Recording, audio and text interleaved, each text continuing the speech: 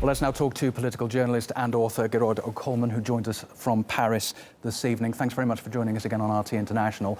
You're in the French capital. What's the mood and atmosphere in the city right now? We're being told that there's a state of war and a state of emergency. We've had this before. We had this in January, and for several weeks we had non-stop sirens and non-stop chatter on the radio about the threat from radical Islam and terrorist groups and so on. And so we're having a kind of a replay of that, but it has been, I think, accentuated, and we're going to have an intensification of the media campaign, which is essentially a propaganda campaign to make people in France fear Muslims. We need to be clear about the origin of the war on terror. The war on terror is, I quote, orchestrated from abroad. These are the words François Hollande used to describe this terrorist attack. Well, the attacks that have been continuing to destroy Syria, to massacre its population, have also been orchestrated from abroad. They were orchestrated by NATO, and they've been carrying these attacks out against the civilian population of Syria for 4 years now. And this is a terrorist campaign that is also orchestrated from abroad. And people in Europe need to understand that there is a war that is becoming global, that is being waged against civilian populations in particular. It is a form of neo-imperialism and neo-colonialism which aims to divide and conquer European and Middle Eastern and African and the world's population, for that matter, and to make them submit to a global order that does not serve the interests of most of the people on this planet, but that does serve the interests of a very few ruling elite, a very small, tiny, and particularly tyrannical ruling elite. There is no war on terror. There is a war that is being waged using proxy groups, terrorist proxy groups, and they are being used against nation states who are resisting US and Israeli hegemony, and they are also being used as a means of disciplining the workforces in Europe. In a period of mass unemployment and austerity, you now have terrorist attacks being committed by terrorists funded, armed and trained by Western intelligence agencies. There is no such thing as ISIS. ISIS is a creation of the United States. We know that from official sources of the US military themselves. Declassified documents from the Defense Intelligence Agency have confirmed that. And the French government is now attempting to drum up support for more military intervention in Syria. And what they want to do is they want to get in on the game. The game is almost lost. The Russians have routed much of the Islamic State. You now have Islamic State militants coming into Europe disguised as refugees.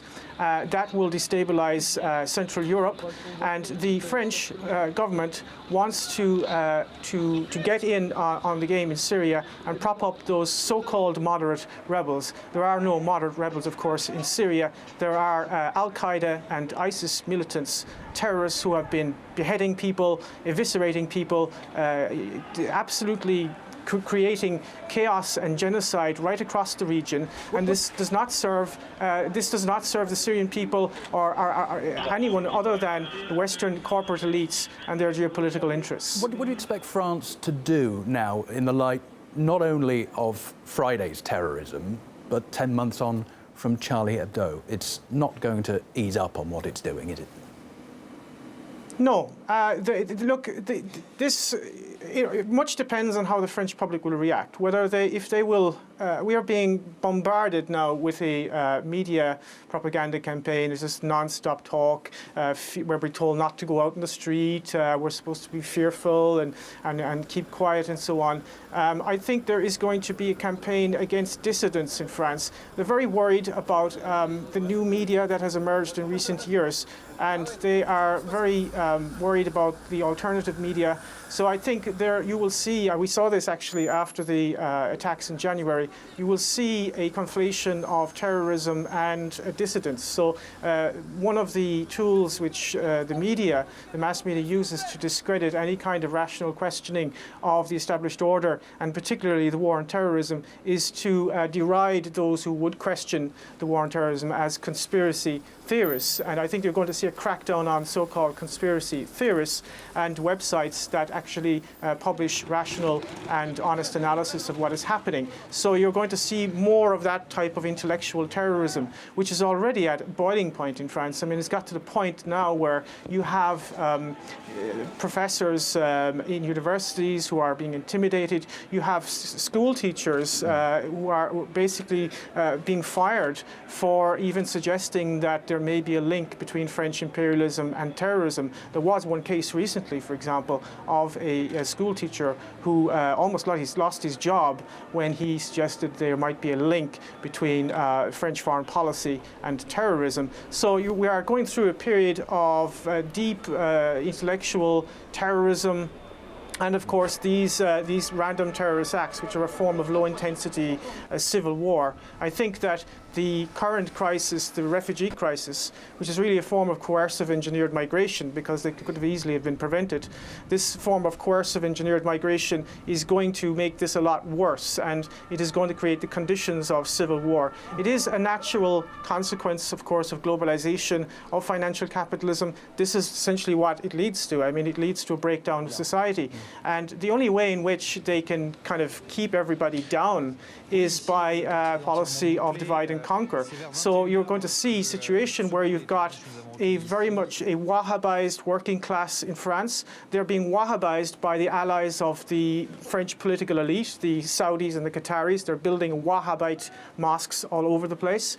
And that is going to Wahhabize the youth, and they're going to be then used as pawns, if you like, in much bigger geopolitical wars, proxy wars against Russia, proxy wars against Iran in the Middle East, and so on. And that is going to create massive social unrest. It's going to divide working people against each other. And the only people who are going to actually benefit from this are the war contractors, the military, industrial, media, intelligence complex. So in whatever way you look at this, I don't know who exactly committed this attack and this atrocity, but the real people who are responsible, whether directly or indirectly or consciously or unconsciously, is the French government, because they have been complicit in terrorism in the Middle East and all over Africa. And that needs to be understood. And if we don't understand that, this is going to continue and it's going to deteriorate. We will find ourselves in a situation under military law, martial law, if this continues. So it really needs to be analysed and understood. Can I pick you up on the issue of migrants and refugees? Because one of the terrorists appears to have been a French citizen, another a recent migrant to the country. What do you think this will do to France's policies towards the migrant crisis? Well, I think there is sufficient evidence to suggest strongly, in fact, that the current crisis, I mean, the migration crisis is something that is ongoing, and there are different waves. You've got different waves coming up from Libya, you've got the ones coming up from Syria and up through the Balkans. But the current kind of refugee crisis, as it were, is what I would refer to as coercive engineered migration. This is a term used by Kelly Greenhill, a US academic, who wrote an interesting book on this, whereby she shows that migration can be used as a tool by one state to destabilize another state.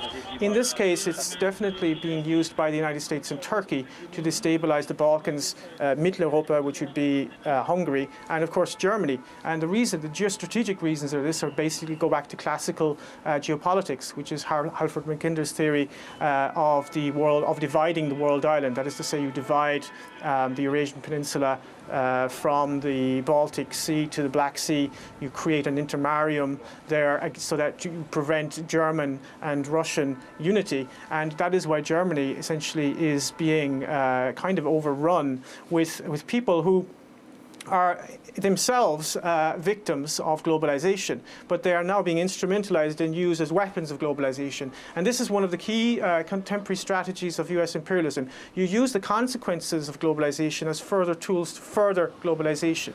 And I think there is no policy in Europe to to control immigration or anything like that. I think that the key question here is not actually controlling immigration. The key question is stopping this geopolitical destabilization of Europe. And some countries are attempting to do that. Hungary is attempting to do that.